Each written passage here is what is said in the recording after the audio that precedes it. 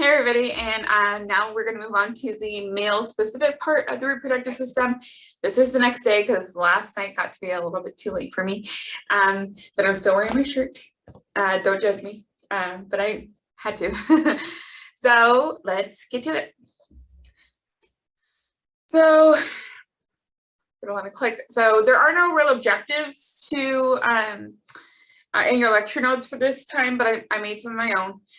So we're going to describe the structure and location of the testes and explain the importance of the location in the scrotum. We're going to describe the structure of the penis and indicate its role in the reproductive process. We'll describe the location, structure, and function of the accessory reproductive organs of the male. We'll discuss the sources and functions of the semen, and we'll indicate locations and organ involvement of common cancers involving the male reproductive system. Specifically, we'll talk about testicular and prostate cancer. Okay, and we're also going to talk a little bit about hormone regulation too in the male reproductive system.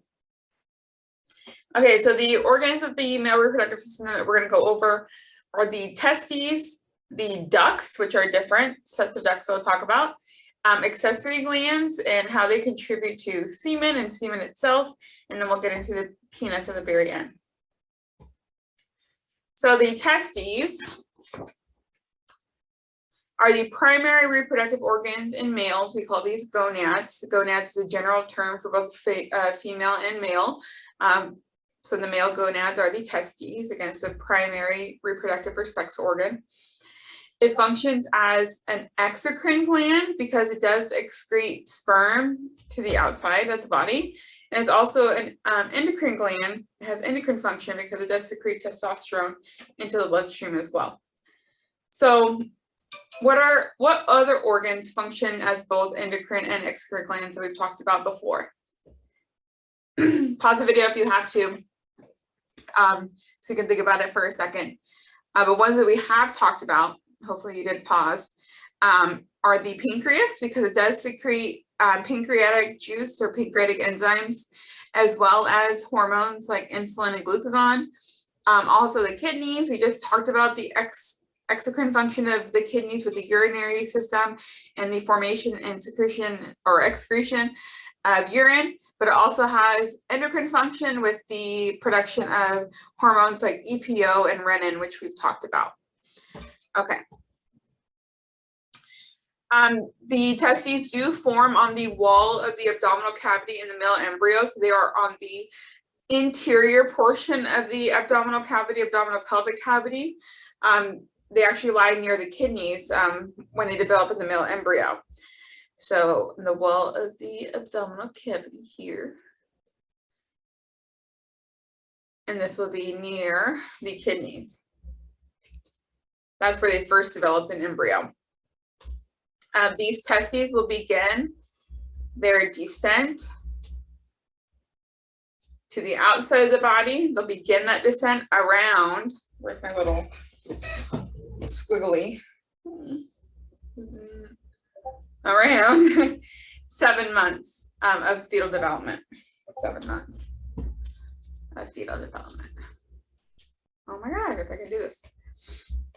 Okay, so they begin their descent around 7 months of fetal development or around 7 months of pregnancy, and they will fully descend just prior to birth. And we'll talk about what problems can arise if the testes do not descend. Okay. And I'll show you a diagram later of what that looks like. The testes do lie within the scrotum, and the scrotum is a sac of skin and fascia that the testes are held within. And this is located outside of the abdominal pelvic cavity. Because again, once birth happens, the testes should be located outside of the abdominal pelvic cavity. One function of the scrotum is temperature control. So they keep the temperature of the testes about 3 degrees Well, I don't know how to do the degree sign. I don't think I have it on here. But 3 degrees Celsius lower than core temp. And that's because core temp is just too high for sperm production. So we need to keep the testes just a little bit lower than the very warm core temperature that we have, the 98.6 degrees Fahrenheit. We need to be about 3 degrees Celsius. So there's a conversion there, but 3 degrees a little bit Celsius lower than the core temp in order to keep sperm production high. So when the male is cold and the testes are cold, the testes are pulled closer to the trunk. So the testes will be elevated closer to the abdominal pelvic wall in order to keep them warm, to keep them at that 3 degrees below core temperature. You don't want them to go even lower than that. So if it's cold out, or maybe they've just gone out the pool or shower, they will elevate and go closer to the trunk in order to keep them warm, keep at the normal temperature. And then obviously if they're hot, those muscles are going to relax to keep the testes, to keep them farther away from the trunk. So that's how the scrotum assists with temperature control. Okay. A couple of different things about the testes as far as their physical appearance. Well, let me go back. As far as their physical appearance go, the testes are about 4 centimeters long, which is about 1.6 inches, and about 2.5 centimeters wide, which is about 1 inch. Okay, and they are connected to the trunk via a structure called the spermatic cord. And the spermatic cord is just a connective tissue sheath. And it contains nerve fibers,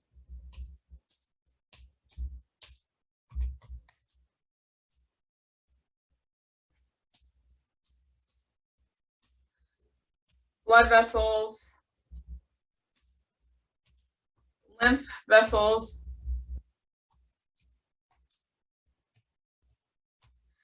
as well as the duct that transports sperm called the ductus or the vas deferens. Now, it doesn't really matter which one you use, the ductus deferens or the vas deferens, but originally it was called the vas deferens.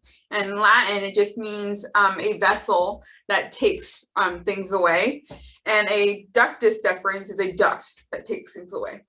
So vas or vessel is what we used to use. Ductus is more accurate because it is a duct, it's not a vessel. It's a duct that takes excretions from one place to another. So again, a ductus deferens is what we call it now, but you're perfectly fine calling it the vas deferens. Okay, so that's all I wanted to say here about the testes, just general information about the testes and what they do, what they're good for. Okay, so these are the structures that I want you to be familiar with. So we've already mentioned the spermatic cord. So again, spermatic cord is going to have the vas deferens, blood vessels and nerves, as well as lymph vessels are going to carry or attach the testes and these vessels to the trunk. So here, yeah, so it's going to be here. It's going to travel through the, all of this is going to travel through what's called the inguinal canal. And I'll show you that a little bit later when we talk about the inguinal hernia.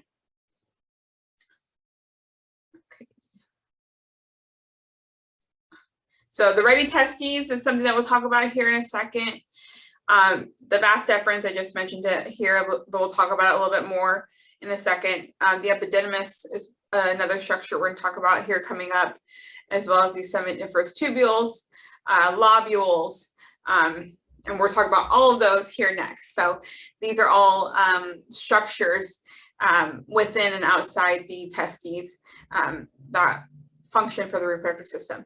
So these are just terms I want you to be familiar with. This is a different view of the male reproductive system. One thing about the scrotum is that it does have a septum. So there is a septum of the scrotum here that separates the sac into two different compartments, one for each testis.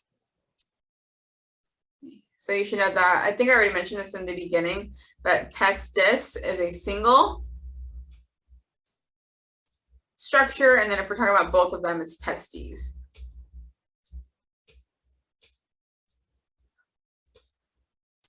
Oh my God, I can't type today. So testis is singular, testes is plural. So the scrotum does have a septum that compartmentalizes each testis into its own little section of the sac.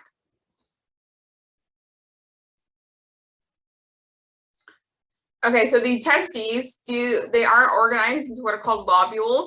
So there's 200 to 300 of these internal compartments, which are called lobules, and they're going to contain 1 to 4 seminiferous tubules, and they're going to be coiled up.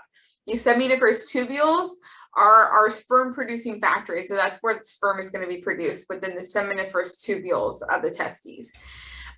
There are 4 different types of cells that we can find within these seminiferous tubules, but for now, I only need you to know 2. I will mention one more in a little bit when we talk about hormone regulation, but for now, I only need you to know 2.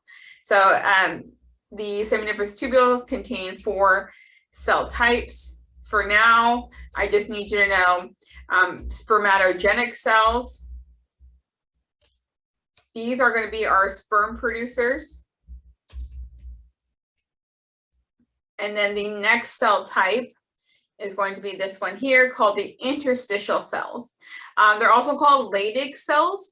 But again, as you know, we're moving away from calling structures by the people or the scientists that discovered them.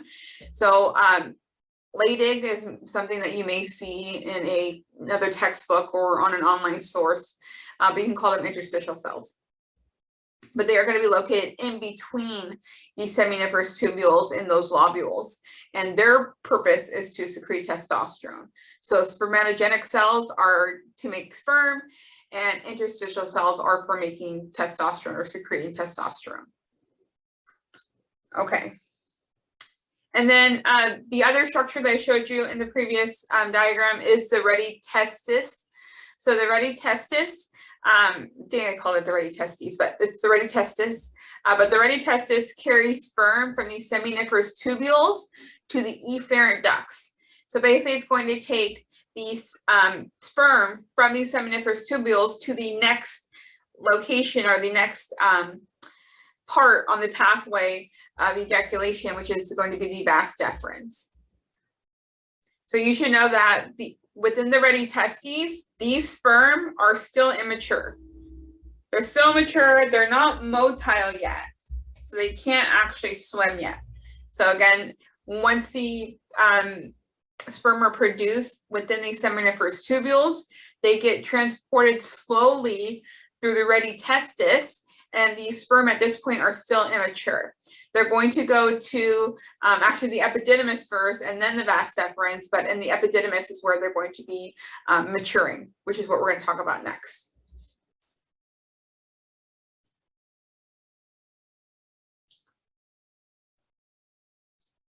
Okay, so here shows, so again, the testes are, go back. The testes are organized into lobules. So here's a lobule, here's another lobule here. If I draw, here's a lobule, another lobule here. And it's going to contain 1 to 4 of these coiled seminiferous tubules. And again, seminiferous tubules are going to contain spermatogenic cells that make our sperm, also going to contain interstitial cells that make testosterone, and all this is going to be for the production of sperm. So, and also for some secondary male characteristics that we'll talk about. But again, lobules, how they're organized, these seminiferous tubules is where the sperm is made, and then they're going to be transported through the ready testis and the sperm are going to be immature at this point, and they're going to get transported to the next stop, which is the epididymis, which is here. You guys should already be familiar with the epididymis because we saw it with the egg dissection. Sorry, I think male just got here. And then after the epididymis, so epididymis is where the sperm is matured, and then it'll get to the vas deferens over here on the back side. So again, testes are organized into lobules. Lobules contain seminiferous tubules. Seminiferous tubules is where the sperm is produced. The sperm pass through slowly the ready testis, where they are still immature, and then they'll be stored within the epididymis. And I'm actually going to pause right here because there's somebody at my door. Okay, that was my father-in-law, but I think I already went through all this. So testes organized into lobules. The lobules contain seminiferous tubules. Seminiferous tubules is where the sperm is made. It gets transported through the ready testes slowly. And while this is happening, the sperm are still immature, and they get transported to the epididymis, where they are going to complete their maturation, and then eventually move on to the vas deferens. Okay, so there are, like I said, there are two cell types that you should be familiar with as of right now, which are these spermatogenic cells, which are going to be your sperm producing cells, and then the interstitial cells that are going to be producing testosterone. So one thing about sperm maturation, I'll talk more about sperm maturation in the next video, is that these spermatogenic cells, sorry. So these spermatogenic cells, they mature from the outside in. So the youngest spermatogenic cells are going to be these here at the end, closest to the next seminiferous tubule on the other side of this border here. So all these are going to be the youngest ones, and then they're going to mature and develop, go through meiosis, and go all the way to the end. And it's hard to tell here, but there are tails that are sticking out here, tails of the sperm that are developing, and then they'll be released to go on to the ready testis. Okay, so again, spermatogenic cells make the sperm, interstitial cells make the testosterone, and testosterone is used to promote sperm production, and we'll talk about that in a second. Okay, so actually, we're going to talk about that now. So I'm actually going to stop here, and then the next video will be on hormonal control.